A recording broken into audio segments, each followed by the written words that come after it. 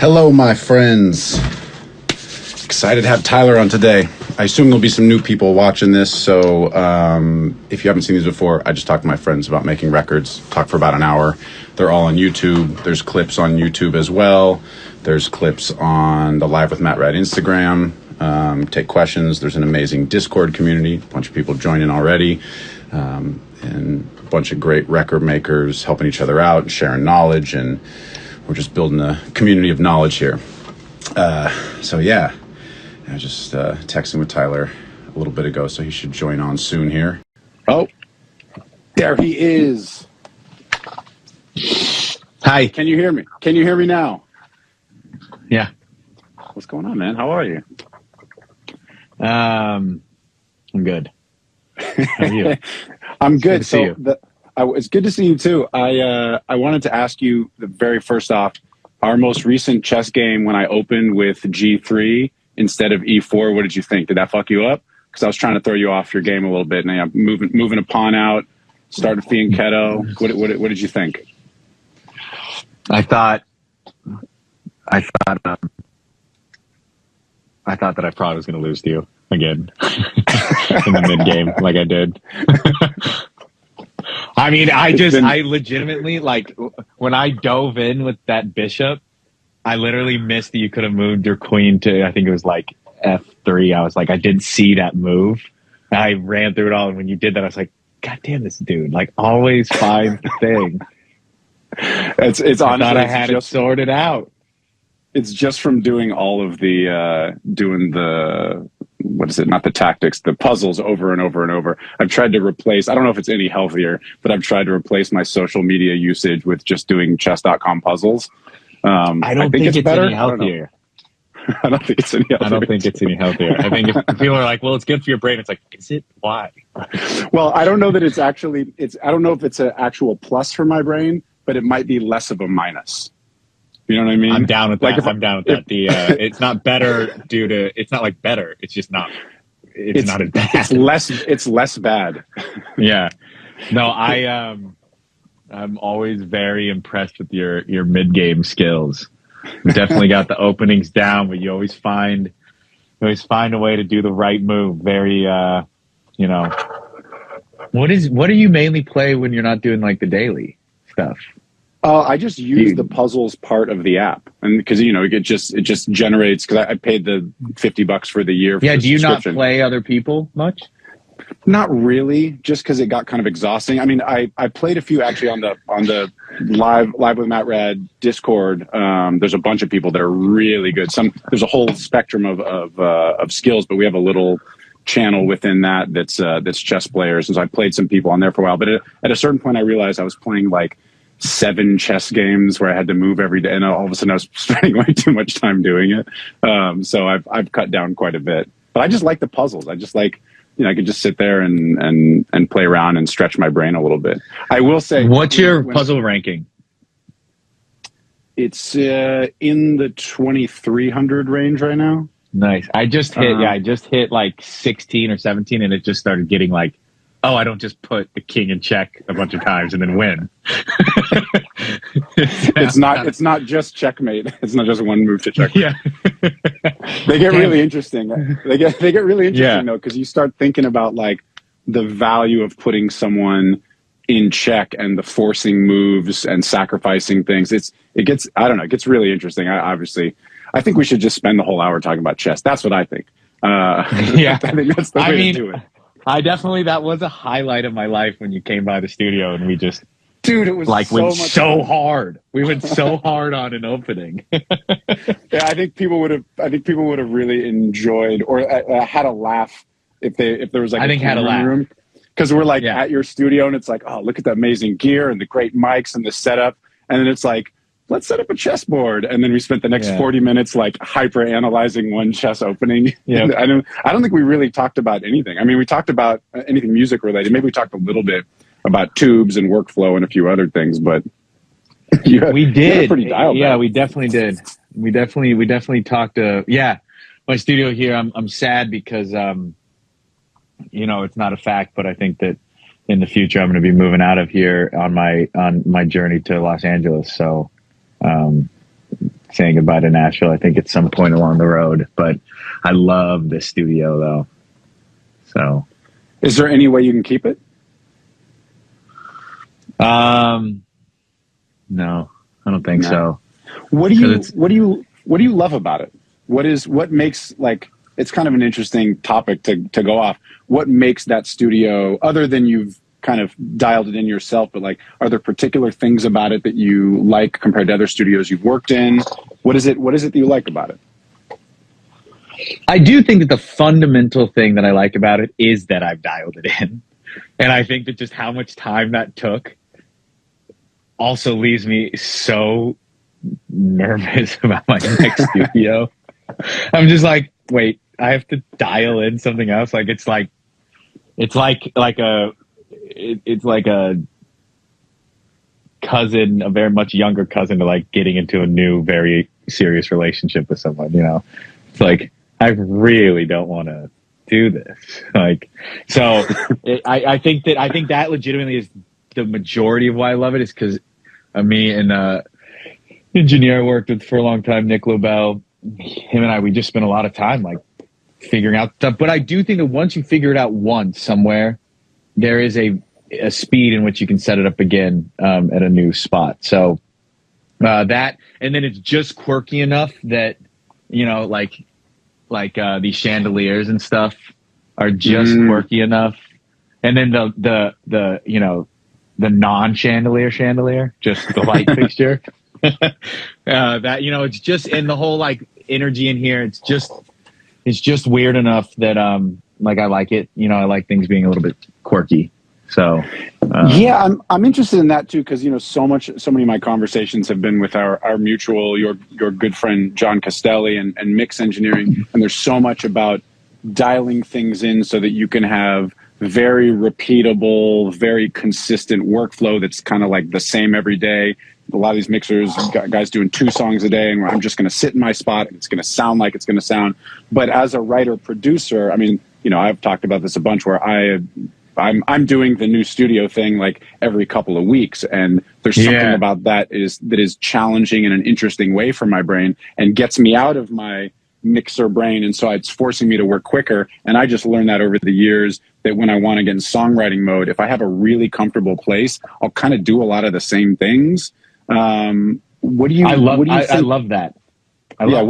Where's your head at with, in terms of like dialing it in, but also leaving freedom for experimenting, trying things? Like, how do you think about that?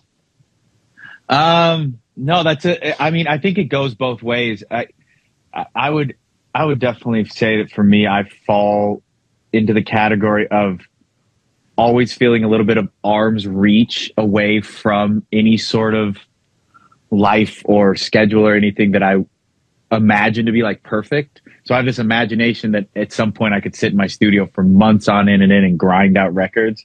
But so that's never happened for me. So even though this is dialed in, I think the longest stretch I've spent in the studio is like a month before having to travel.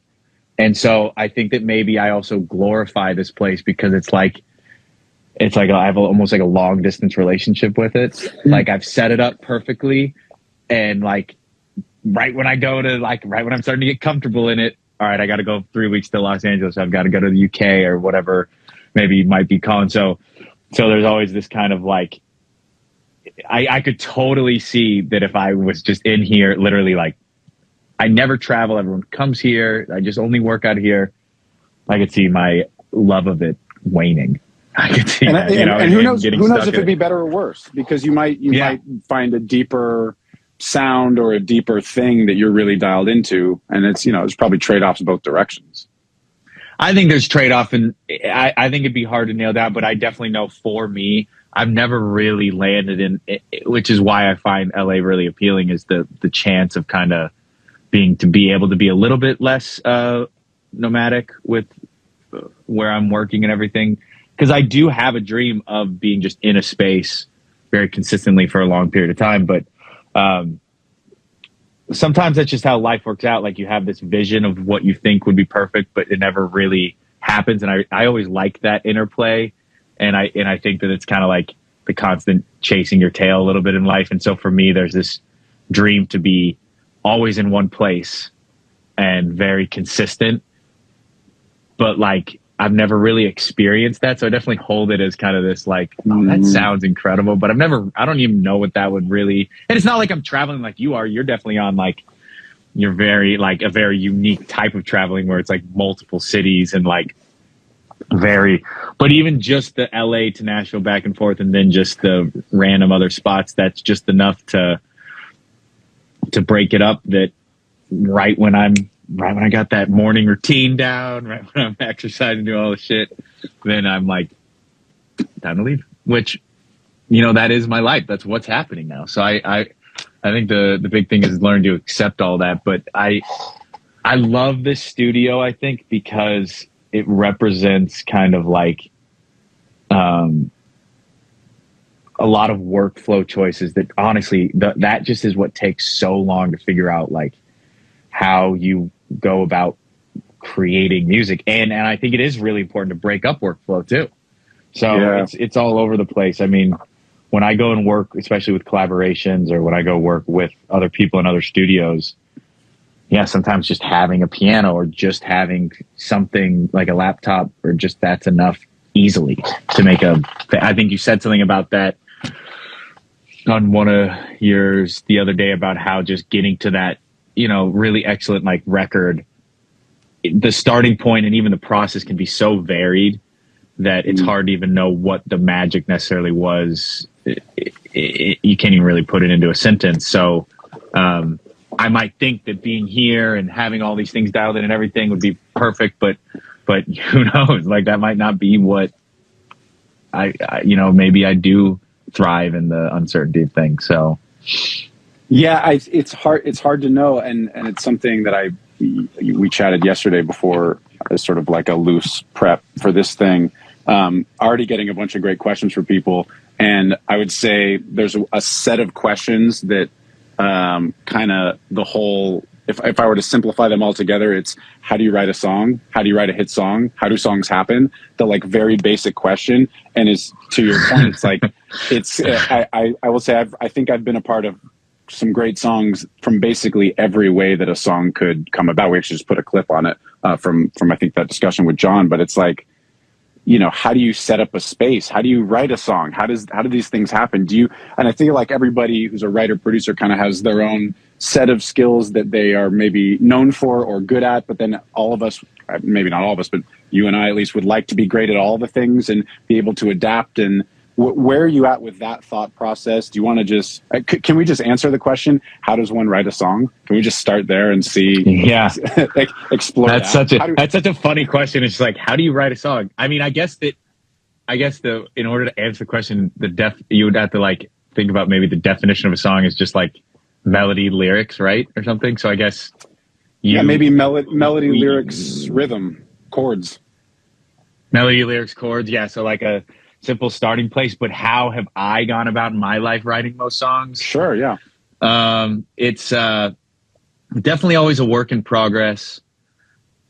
I, of course, am like a lover of collaboration, so that always introduces like so many different variables. There's different people bring different, like how people show up and start things is always, so just being adaptable to them, I think, is always very important. But I would say trying to say something simple, like I think it's also identifying what you think is a good song. I think that's a really good place to start. Like, I think I Will Always Love You by Dolly Parton is what songs are, that explains what songwriting is, because it's about something very easy to understand, however, somehow mysterious and complex. And I think that like, you can't really beat that. You can obviously match that in other ways, but you can't beat that song as a representation, in my opinion, of course, as a representation of a song. So I really like the idea of trying to write songs where like, you know what somebody's talking about and you get the feeling of it, but there's also this mystery to it and it's not on the nose. Like trying to not be on the nose, but be familiar, to me, is one of the hardest things about writing a song, because you can always get a bunch of mileage off of being quirky or being out there, and then you just end up in what, you know, we say in the industry a lot, like vibe. Oh, it's got a lot of vibe. You know, vibey. And it's like, sick. That's awesome. But like that sick vibe. Tendency to, sick vibe. Like, but that is, it runs the risk of being skippable and being forgettable. Where when you write something that gets in your, like a good lyric mixed with like accessibility, I think really does help with, again, writing maybe like pop music or more like commercial leaning music, like and I Will Always Love You, which is I think very adaptable as seen. It's like you go on the Wikipedia, it's like the 17 different versions, you know, it's obviously been so covered, and I think it is that way due to its adaptability to pop culture. But that's also, who am I to say I would never be speaking on what music is or even songs are meant for broadly. You know, it's like maybe that song is the exact opposite of what people want to write. And I think that's why it's important. If you have that answer in your mind, like if you don't have a good answer to that, to what you think is a good song and what you're trying to go for, I think that can be really problematic.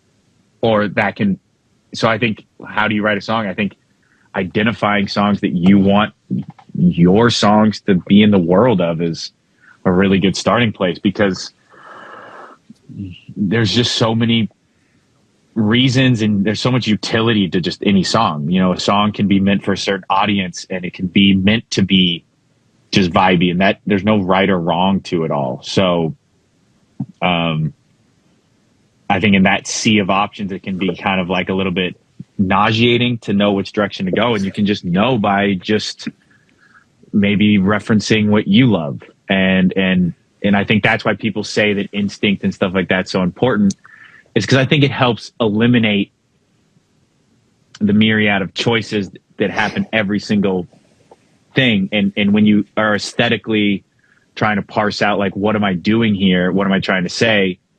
You can be like, well, we're trying to be like this thing, and I've loved this, and we're trying to be in this, you know, trying to play this sport, not this one, you know, like. So I think that that's an important kind of. But again, you know, that's also just all kind of bullshit too. So I don't know. It's hard to tell. I love that somebody said early on, and I've used this a few times. That I don't know where I heard it. If I was part of the band and some mentor said this to us, or what, or if I was just in the room and another producer said to an artist. But what are the songs you wish you'd written, as a good prompt for, like, what do you want to sound like, or what are the songs you love? What are the great songs you wish you'd written? That's a nice prompt to start from, of like, what moves you, what puts you in the position where you're like, totally, I want to do that. I want to write these songs. That's how I was as a producer too. It was like, I want to make beats that sound like Dre. I want to make rock records that sound like Nirvana. And then at some point it was like, these Beatles fellas really know a thing. I want to do that. It's just like identifying the things that you really like, and then going from there. And so, that being said, what is it, you know, you've been involved with some hits. I've been involved with some hits. You get the question periodically, how does one write a hit? How does that happen? And I always kind of just say, I don't know, you just put yourself in the position and try to capture it. Hopefully your workflow's set up so that when it happens, you just kind of capture it. But I don't know, do you have thoughts on that? Like, is there something that separates good songs from great songs from hit songs? Do you make those distinctions? There's this funny, like, almost like second rule of Fight Club, you don't talk about Fight Club thing about writing hit songs. It's like, we're here to write a hit, but you never say we're trying to write a hit. It's like this funny, like, you're not allowed to look at it in the eyes, otherwise I'll fight you.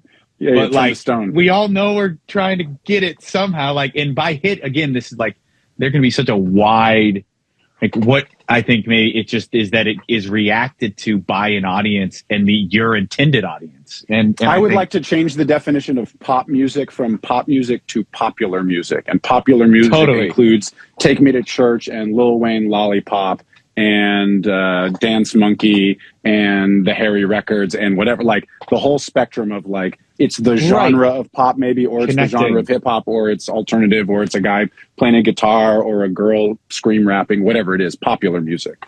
How do you make popular music? exactly. How do you make popular music? And I think that I mean, for me, I cannot have this conversation without 100% acknowledging the role of the artist. And just, I like to look at how, if like artists are like, they're like the thing that everything else is built on. Like if every artist was like, I don't want to work anymore, everyone else would lose their job. Like they are the thing that generate the money that then it spawns all these like 70,000 people who are like, I'm here to help you and I'm here to do this and all this assistant. Like we're all in the service industry. From taking your picture to doing security at the show to promoting it on radio to doing art for the tour, whatever it is. Like so many things. You're absolutely right.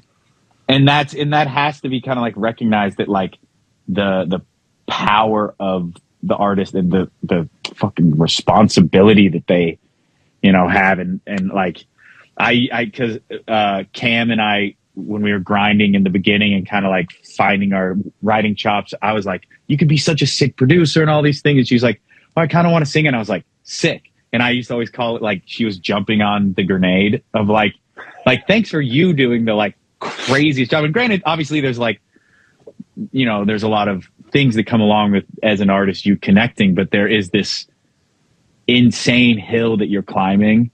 And if you find people, as for my job that I do, finding people who are like climbing that hill really well, let's be honest, that's really what's so much at play, because a good artist is able to say what they think should be popular, and then everyone kind of goes okay, and then that answers this question so much easier than from my own sitting in this room and being like, what do I think is going to be popular? Well, it's definitely going to connect a lot with the artist. And there are examples, of course, like, I think the Milkshake song right now with the Beyonce record is very like spotlighted of how like Pharrell and Chad like wrote that song, like knowing that was going to be popular. And they are obviously, because I know these conversations get very nuanced, they are obviously in a position where they've proven over and over again to be able to write what is popular and have an artist sing on it,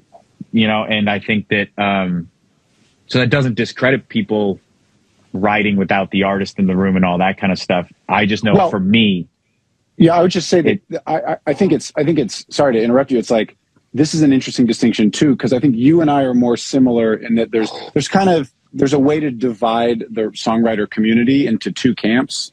There's the songwriters that are collaborators, and then there's the songwriters that are artists, even if they're writing for other people. So when I see Pharrell and Chad, they've talked about the collaboration a ton. Pharrell obviously is an artist as well. So when he's writing, he's the artist, and you get the artist in the room. And so he's writing a song like Milkshake, or he's writing some of those that were Michael Jackson songs that then became the first Justin Timberlake album. Like those are Pharrell's ideas. Then you hear him write Happy, or you hear him write Blurred Lines, or you hear him write Get Lucky. Like that dude is an artist. He's a producer as well, but he's in there like being in artist mode as a writer. I am not that kind of writer. I've certainly written songs about my life, and I've written with artists where there's lyrics about my life and we bond on a story, but I'm not in there like our mutual friend Ilse, who's an amazing songwriter, written tons of hits, also writes like an artist, is an artist making records. There's a distinction I think is important in there, where it's like the artist mentality. Right, the artist mentality. Maybe that's what it is. You can be multidimensional, but we have to just start by recognizing, if you're going to write popular music, you need to either have an artist mentality, or be in the room and that is very well refined, or be in the room with someone with an artist mentality that is very well refined, that somebody who is willing to define what they think should be popular, and try to both ride trends in the right way and set their own agenda in the right way. And if that chemistry isn't sorted out on the artistic side, and kind of just, to me, you can boil it down to some level of marketing, like how they're going to want to be perceived, whoever's going to be singing this, or how the song will come across.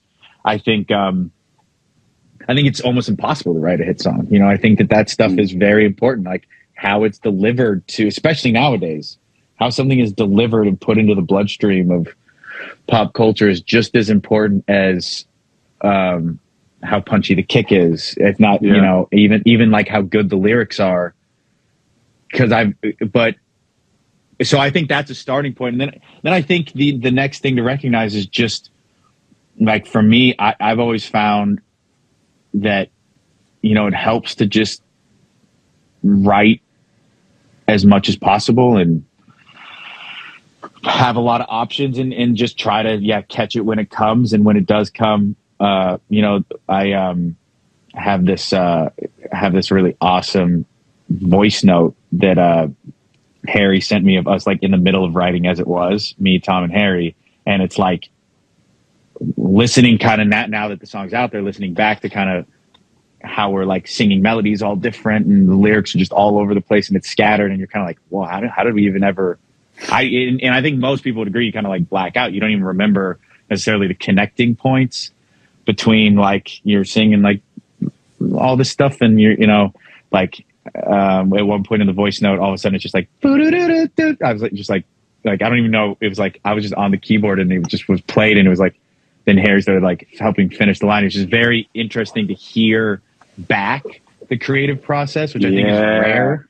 I think hearing it recorded, this like kind of original thing, and what it just made me think about is, there's a lot of trust there.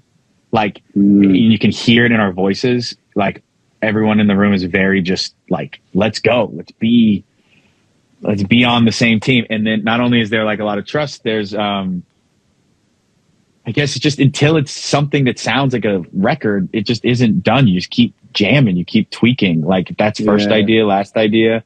I mean, all these things, it's so funny saying all this stuff. It can sound like such like tropes, I feel like, because it's just so philosophical and so all over the place. Like these what make hit songs. It's like, just keep trying. And it's all these like, it's like, it doesn't really have a structure to it that is easy to discuss.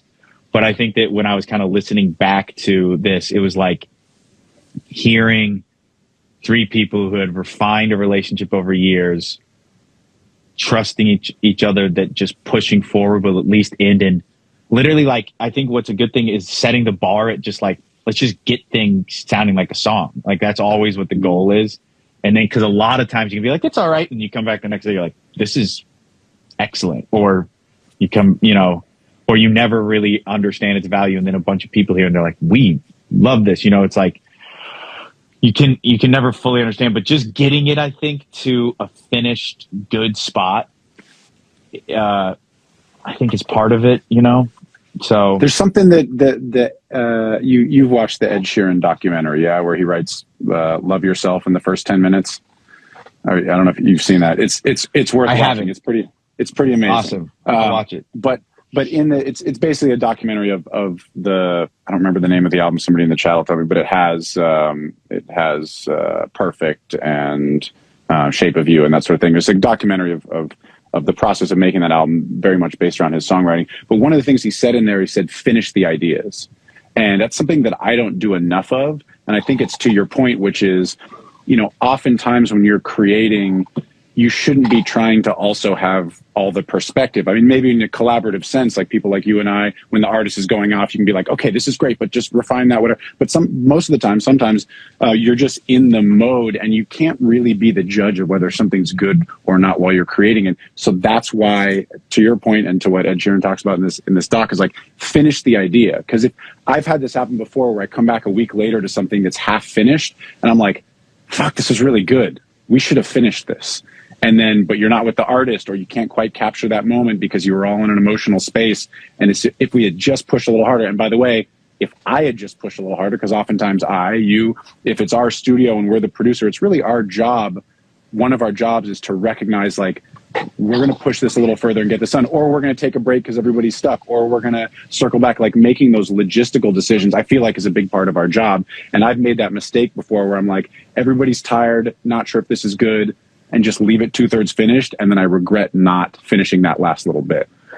Yeah, I actually, it's funny because that can almost, like what you're saying there, can kind of transition the more theoretical side of things of like writing a popular song into the kind of like, but let's be honest, there are tons of tricks of the trade to writing like a popular song. There are things that you remind yourself of, and it brings me to like some of these things.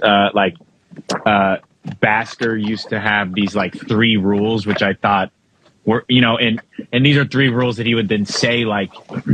This is Jeff Basker, who you came up Jeff under as an assistant. I was his assistant, and then he signed me to a production deal, and then we wrote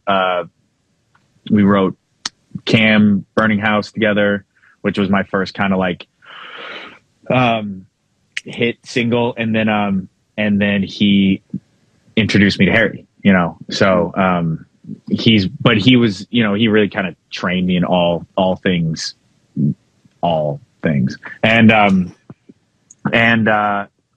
he would have 3 things that he learned from this guy who teaches at UCLA. I think his name's Steve Lindsay or something.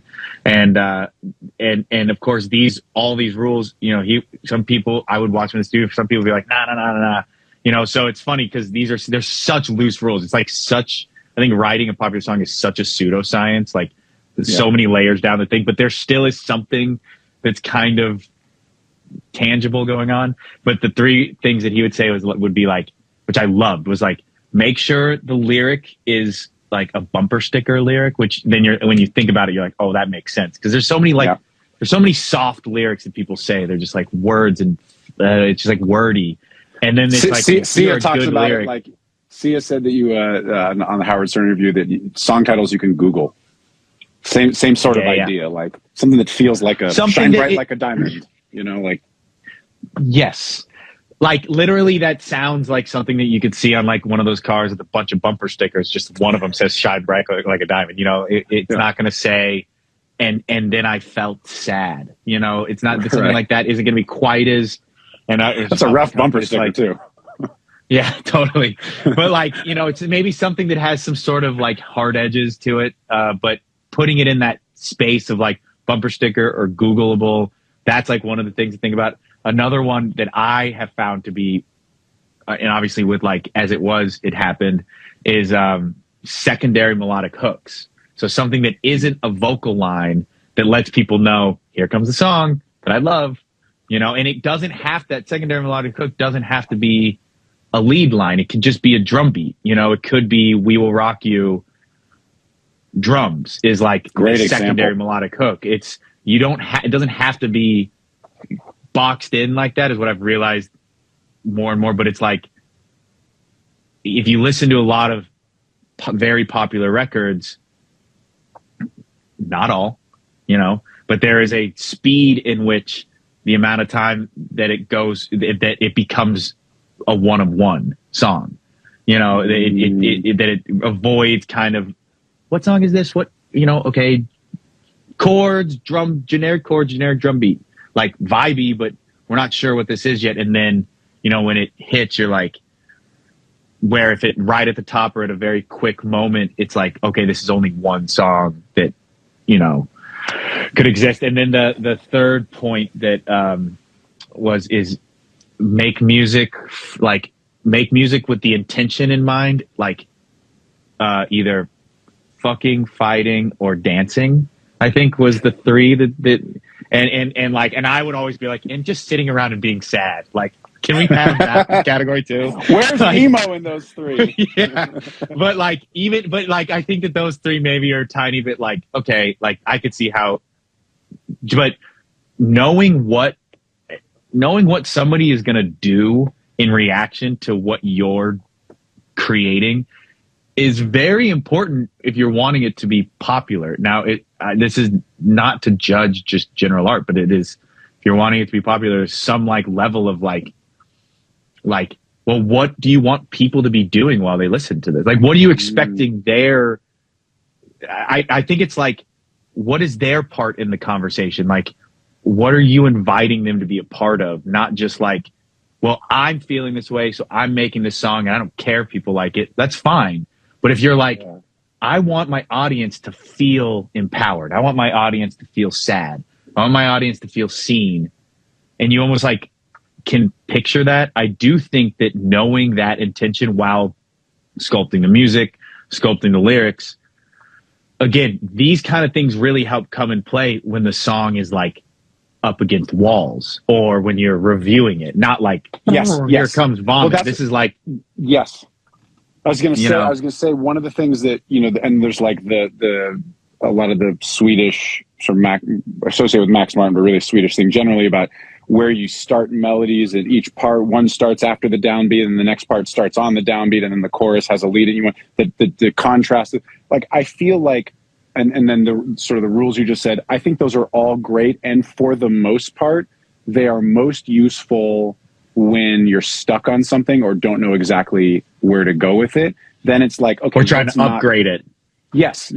We need something here. Okay, what have we done? Well, we need to make that. We're thinking about this thing should play in a stadium, and so the bridge should have this kind of moment. Like those sort of things, I think are important. Or this is a song we really want to bang in the club, and therefore in this section we should actually drop the beat out for a second so it hits hard on the chorus, and you can picture everybody. You can picture the music video. You can picture it in the like that sort of stuff. I think is really important as like inspiration and problem solving, but not the actual creative writing part of it. Because then, at least I found when you get into the like, we're writing and what should the next part be, and it should be, and then all of a sudden, if you're off the emotional thing and you just you're not writing anything good.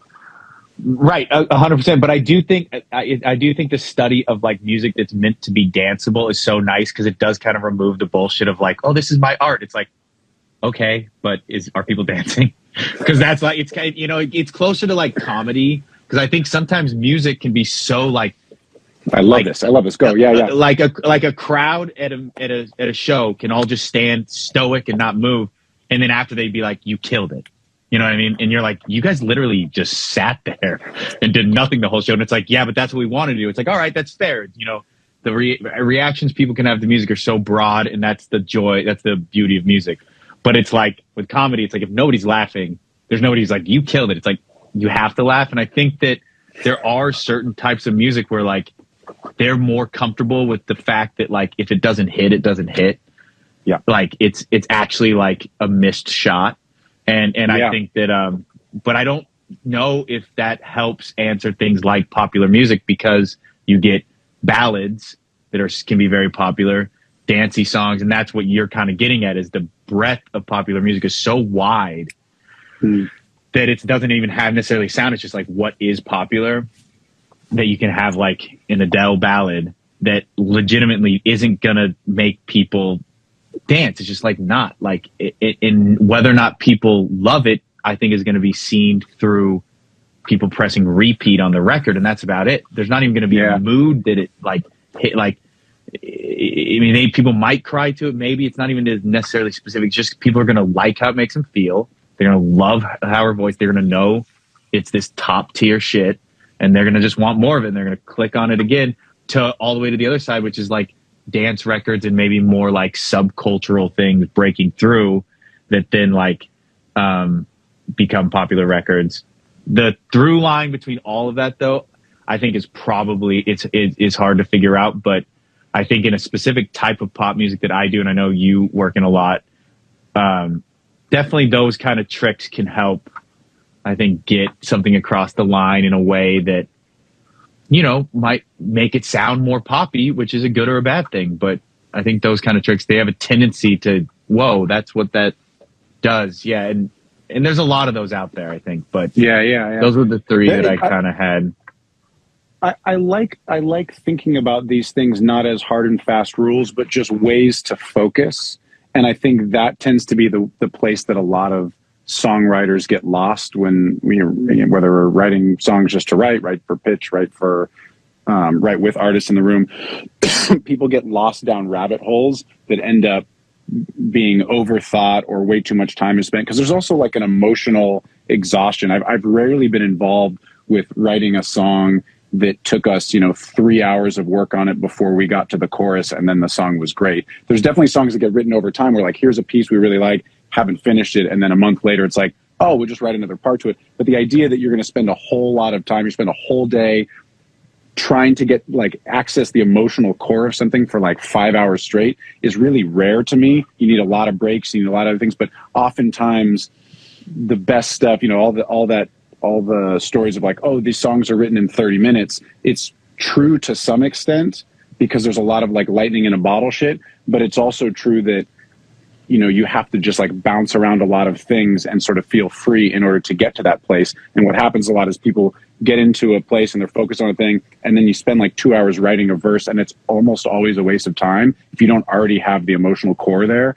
And I think accessing that emotional core quickly is kind of the thing. And so having some of these things where like, we're going to try to, somebody, I don't know if I want to say his name because I don't know if it's like something that he was saying out loud, but he basically said when he gets in with artists to write, he's like, if we don't have a chorus in like the first 10 or 15 minutes, like we're just going to do another idea.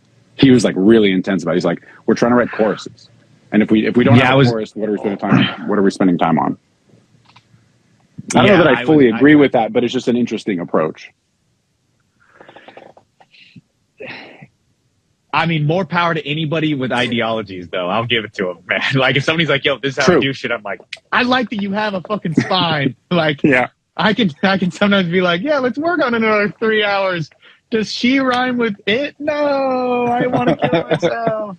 So I think, like, you know, it just, like, I'm definitely, I love people who have, like, a really good backbone, and I also love people who just float on the wave of creativity, and when it's not hitting, they're just like, cool. I mean, of course it's not. That shit's not up to us, you know, and I love that side of it too. And they both work. Think that they both work.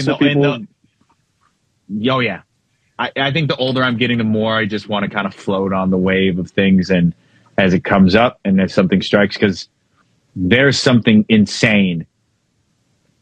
The difference between sitting there being like, wow, I'm horrible at music, and then all of a sudden the idea hits and you're like, why do I know what to do right now? And it's so beyond, I think, just our basic human understanding as to what that is and how that kind of works out, which is, it's just a really beautiful thing. It is beyond us. And it's why taking too much credit for your creations and all this kind of thing can be, I think, a little bit tricky because of just how there's just something that kicks in, and it's trying to create the space and be in the, you know, again, when I listen to that voice note for As It Was, I can hear how Tom, Harry, and I are just like so supportive of each other. It's like really emotional actually for me, because it just shows like a friendship and a love that isn't just surface and isn't just like about this and that. It's just like, this is like we're all equally trying to create a safe space for ideas, and there's no like, and like, because at the end of the day, it's just difficult to create. And if it wasn't, I think that, you know, we would run into just like, it just is by nature of like, I think the competitive nature of music and the fact that there's more listeners than there are creators by nature of the just industry and how the business works. And I think that that's why what you create has to be sharp. It has to be great. It has to be exceptional. And you have to be doing it and if you're by yourself, great. But even then the people you share it with, if you're by yourself, are still part of the community that you have to trust. Yeah. And building that as kind of, I think if you're trying to write popular songs, having like a trustworthy community and people that make you feel safe, but also challenge you, it's hard to imagine doing it without that to some extent, you know? So. Yeah. Maybe talk about that for a second. Cause I feel like a lot of the people who are out there writing songs, it's, I guess maybe the contrast between, you know, the relationship you have with Harry and Tom is Kid Harpoon. His name is Tom. Yeah, Tom. Yeah, his name's Tom. The three of you have spent so much time together. Can you talk about the difference between that and then, okay, you're Tyler Johnson, your publisher or manager is setting you up with a write with some new artist next week. You go in for a day or maybe 2 days, or I don't know how you set it up at this point, but you know, they seem like very different. They're obviously very different relationships. Totally. You meet someone at noon, you write a hit song by 5. That's the intent essentially. Versus when you get together with Harry and Tom, you actually have lots of time. I don't know. Of course. How do you set those things up these days? I think maybe for me, and I can't speak for other things, but my goal is to just always be on the trajectory of getting to like that level of a relationship, which for me didn't, like Tom and Harry, in that team, you know, I had this with Cam when we kind of started like way back in the day writing stuff. And I just am more familiar with that. So for me, the goal, and one of the only kind of like things that I can really say that I have in my mind when I'm thinking about connecting is connecting with artists and connecting with co-writers, is trying to get to a place of trust and these kind of things where there can be mistakes and there can be missteps, and you've worked through that, and then you've gone to the other side, and then you've made something great. Or, you know, you make something great together right off the bat, but then you hit some dry patch, and then you make another thing great. I think like if you make something great right off the bat and there's not trust and there's not camaraderie,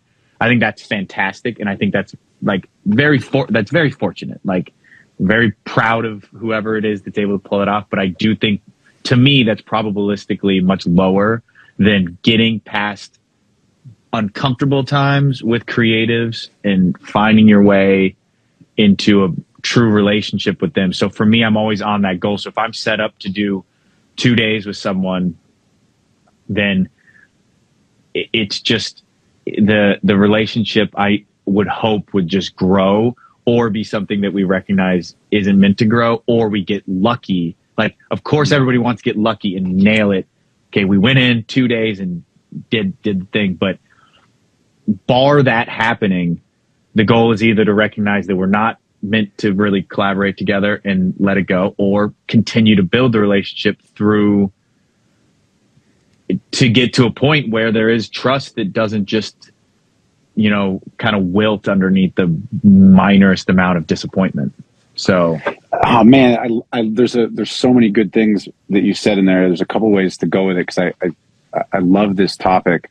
There's the early on when I was running around doing the, you know, blind date 1 day songwriting sessions over and over and over, doing the reps when I was starting out. I heard somebody say something about the second song is always the best, which is, you know, not literally true, but this idea that right. you gotta feel each other out for a while and make something, and then like resolve it together by going, either saying it out loud or just going, cool, that's fine, let's go to the next thing, and understanding like that wasn't that good, but we're okay and we can keep trying, and we just did something that didn't quite work and we got through that together. And that's a huge trust builder.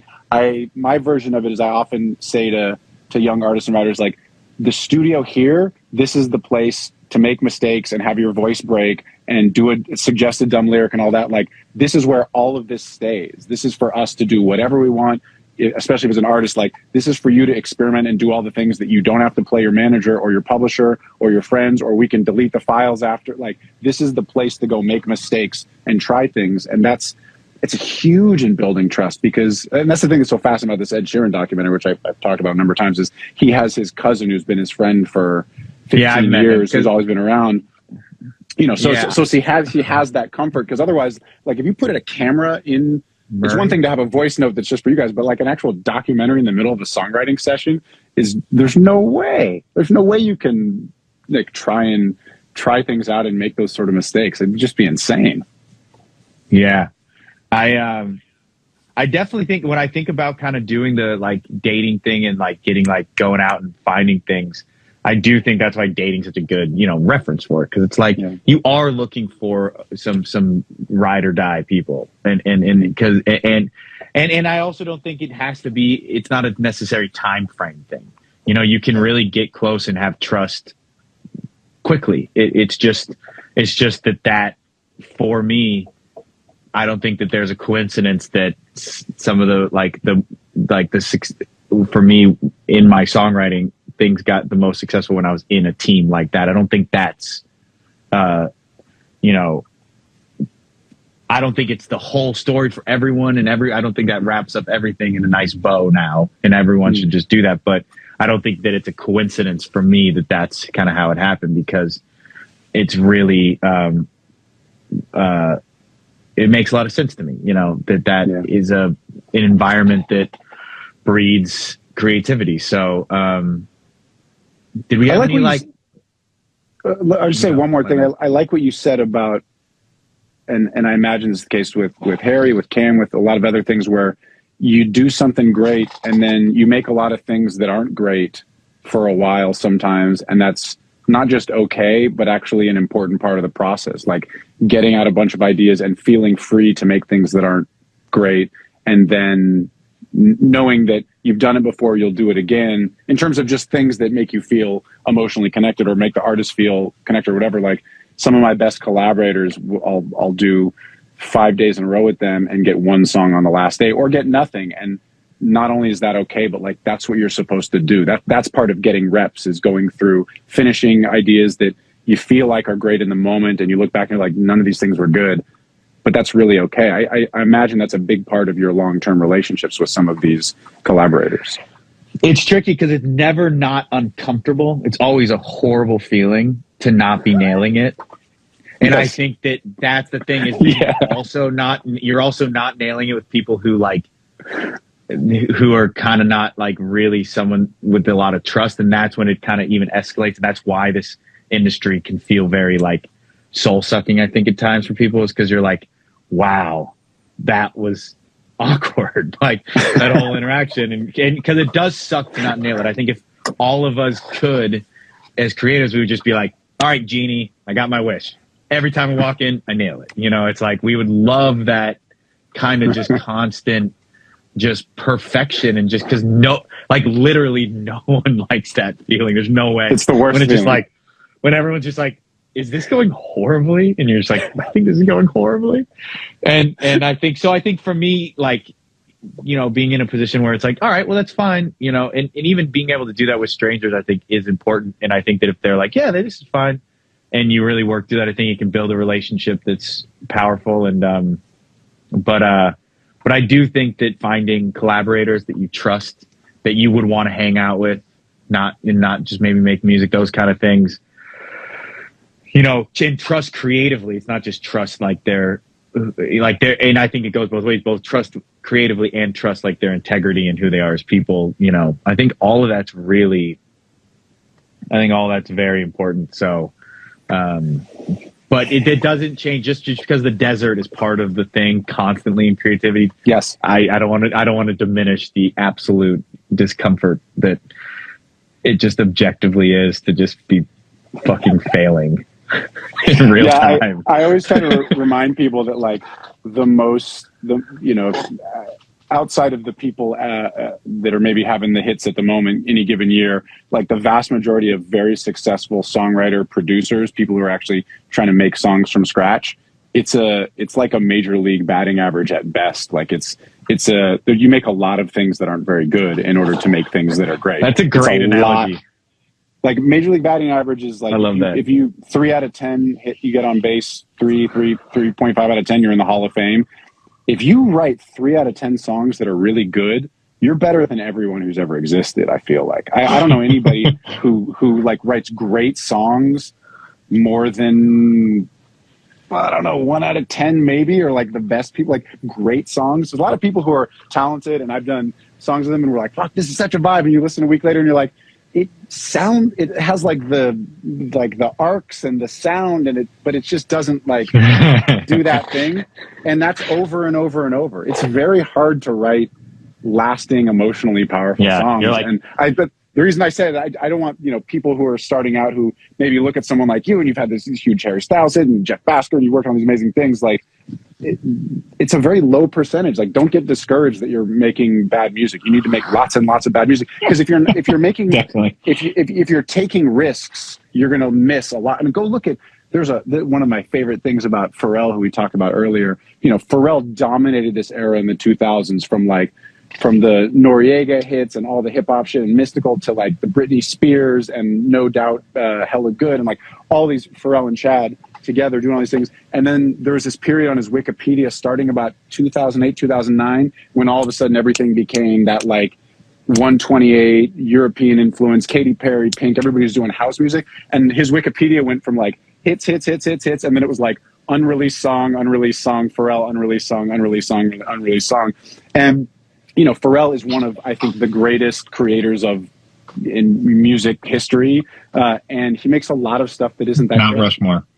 Yeah, and that's like that's what the process is enjoying the, like, let's keep chasing, let's keep trying, let's try to be more vulnerable, let's try to find it. And you miss so much.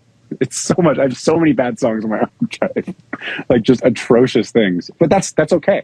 I just want to like plant a flag there and be like, it's totally fine, and you should keep making stuff even if a lot of it's bad. Yeah, that's pretty important. It's also, I think it's also, you know, important to say that there's not really a choice. Like, you either have to like completely give up or keep making bad stuff till it's good. Like, yeah, it's a black and white kind of crossroads. And I think that made me really uncomfortable early on in my music career. I was like, I have to keep going and it sucks. So it was a real thing.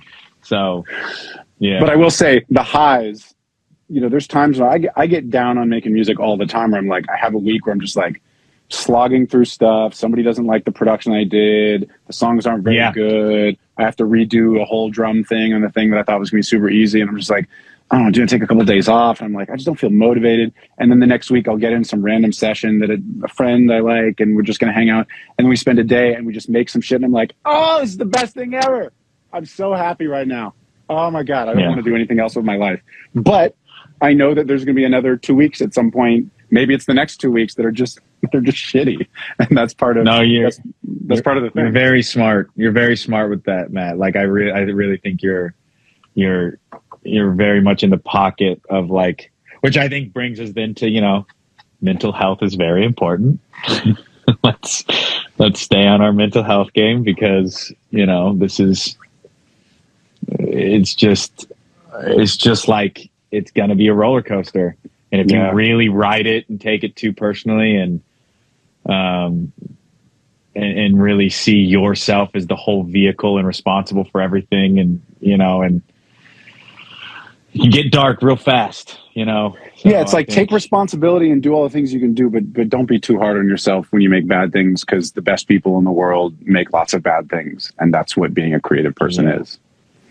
Yeah.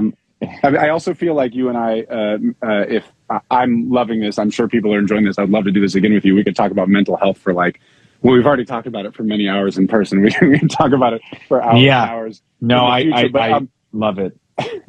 But I know we just got a few minutes left here. I know there were many Harry Styles related questions. There were two in particular that I thought would be cool to touch on. One, which is one of my favorite questions. I know people always, what's the vocal chain? How'd you guys do vocals? Was it different stuff? I assume you recorded in different places. Did you have like a vocal chain philosophy? Yeah, you dialed in?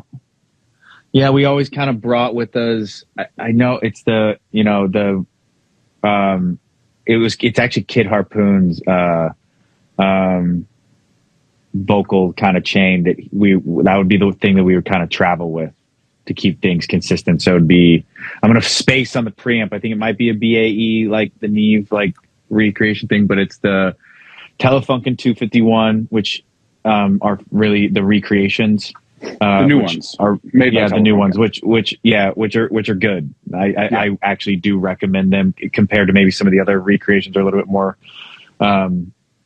questionable, suspect. And then like LA2A, also a newer one, and like somebody's asking to show the studio, and like so here I can just stand back and. So yeah, that was a vocal chain though. Those three things, and we try to keep it really consistent. Here's the studio. There it is, slow pan. Good space, nice curtains, PMCs, bunch of gear. Yeah. But yeah, so that's the vocal chain. Hit me with another one. Well, did you have a set of, do you have like a chain in the computer as well? Or I know the stuff was mixed by Spike Stent, so I assume he did his thing. engineered by, engineered by Jeremy Hatcher, and who is incredible. And no, I'll be honest, the in the box mix chain was a little bit not something that I would spend a lot of time on. Jeremy really had that handled as our engineer. So I would have. Well, it's also one of those things when you have a 251 and a good tube compressor and a good pre, you're mostly there. I mean, we're talking to Tizio from So it sounds like from Harry Styles to Chris Brown to whatever, like a 251 is that's going to get you a lot of way there. Yeah, you definitely that a good singer is obviously number one, most important, and then you know, yeah. But I would have to I could pull up a session for like maybe another chat, and I could see what kind of the chain was that Jay was using. So no, but but great. then I know Spike did his thing. That's what I was curious about. Yeah, Spike did his thing for sure. One of the questions that I actually had, which then was asked by two different people as well, was about drums. I know you got live drums set up. You guys are recording some live drums. How much is it actually a live drum part? How much is it samples? Are you doing different pieces of things, different songs? I'm just always, you know, someone who came from playing in bands and recording drums and doing all that, figuring out how to create live elements. There was also a question about liveness of records, but can you talk about drums generally? How did you guys do that? How did you think about that? How did you put those things together?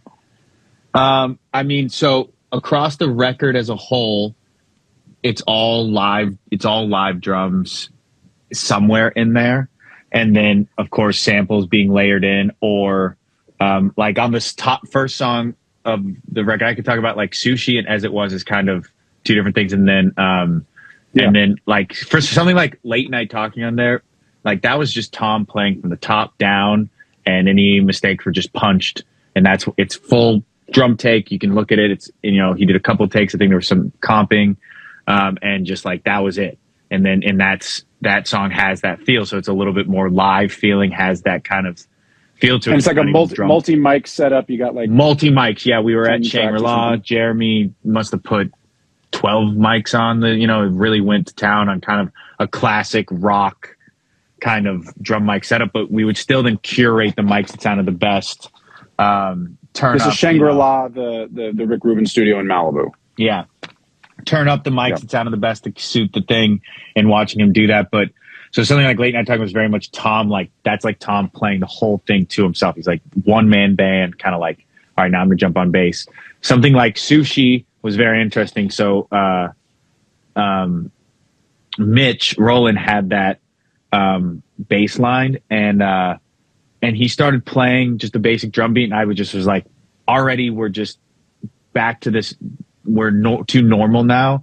And I found this drum machine loop that a producer friend of mine had kind of given me, Doug Showalter, and I put it in Ableton and retimed it, and it's got this like slushy kind of sound, and I really liked how that with the bass line swung the whole thing and was abnormal, and the kicks were abnormal. So that was like an example of how we would use like drum loops and stuff from you know, or drum samples. But normally so the live drums were too straight, basically. Like you usually think of like live drums are too straight and too normal, so you use loops with weird warping and things to make it sound there was less like interesting. Yeah, because you know, in the thing it's going like, you know, it's this like, it's really this slushy, it's like, you know, it's like the auditory thing of like drinking a Slurpee or something. It's like there's like just so much like noise crackling, there's not a lot of transient to it, so it's kind of this like noise thing, but it's still got some sort of head bob to it, versus it's not like a drum loop, it's more like almost like a texture that helped give the whole feel. And then we just added like sample kick, you know, a just like a cowbell, and then Mitch played live hi-hats, like, so that's all the kind of the live drums were, just the hi-hats. And then for As It Was, that was a really good one of like, you hear in the drum beat, we're like searching for the song, and Tom's playing a bunch of different things while I'm kind of playing the keys and stuff, and Harry's singing, and what it ended up being was like Tom found the drum beat, but like recorded kick individually, snare individually, hi-hats individually, and but the whole but we mapped it to the pattern of his live kind of performance, you know, like so he played a live stuff. He played a live thing first, and then you went back and was like, yep. So it was a variation. It wasn't like you took one and then chopped it. He actually played. Oh no, he literally just played one and then just played one, chopped it around. But all the fills, which there's not that many, but still that came from like a thing. And I think, and that was interesting because that was like just like in a house, and it was like those we thought were kind of like, those were the hardest we had to work for drum tones. Dude, just like, it was a very boxy room. We were just like, these drum tones suck. And so, and so that's why we ended up having to do like one, like kick individually, snare individually, hi-hat individually, layer samples in, like everything, because just the kit on its own, unlike Late Night Talking, with just the kit on its own, it was like, wow, sounds great. But here it was like, these suck so much, but it ended up being very charming to me. Like, when I hear those drums on that record, I'm like, these are charming sounding. They have like a uniqueness to them that is like not quite that Linn drum thing, but not quite that live drum thing. It's like in the middle somewhere. Because we were kind of, you know, chasing like a Phoenixy MGMT kind of drums. And I think they do. Wolfgang Amadeus Phoenix, the most underrated album for producers for the last like 20 years. It's so good. It's so good. So there we go. But that's interesting, and we're at a little over an hour now, so we'll call it. We should definitely do this again. This is super fun. Yeah, would love to. When you talk about the like, oh my God, we're not at the fancy studio, we're at a boxy little room. How do we make it sound good? The imperfections and the discomfort turns out it's the biggest song. Something interesting philosophically to think about with that. I think for everybody, that you know, you can go to the fancy studio and there's amazing stuff there, and you can make amazing records. And also sometimes when you're problem solving in a little shitty boxy room, you get the best stuff. Yeah, because if the drums had sounded good, he would have just done a live performance, and everything would have sounded a little bit more bandy. But somehow, because the drums sounded like shit, we were like, all right, one thing at a time. Here we go. You know, and it's funny because it's like, well, why didn't you just pull in stuff? And it's like, well, we wanted that, you know, hot off the presses drum sounds. We don't want to just be pulling in samples that everyone has access to, you know? So totally, kind of, and at least thus far, the biggest record of your life. So it's just it's interesting, and it gets back to the beginning of our conversation: is how do these things happen? And it's like, how do you make hit songs? I don't know. You just you just do what you can do and keep doing it. Yeah. Well, thanks for having me on, man. Dude, Tyler, I really appreciate it, man. And I'm gonna go jump on the Discord later. I'm sure there's gonna be chat on there. We should definitely do it again, and hopefully we'll overlap. I know I'm in LA, you're in Nashville, and then we're gonna switch places for a minute. But hopefully find ourselves in the same city. Thank you again, man. Love you, bro. Man. I really appreciate it. Yeah, appreciate you. Bye, Matt. Bye.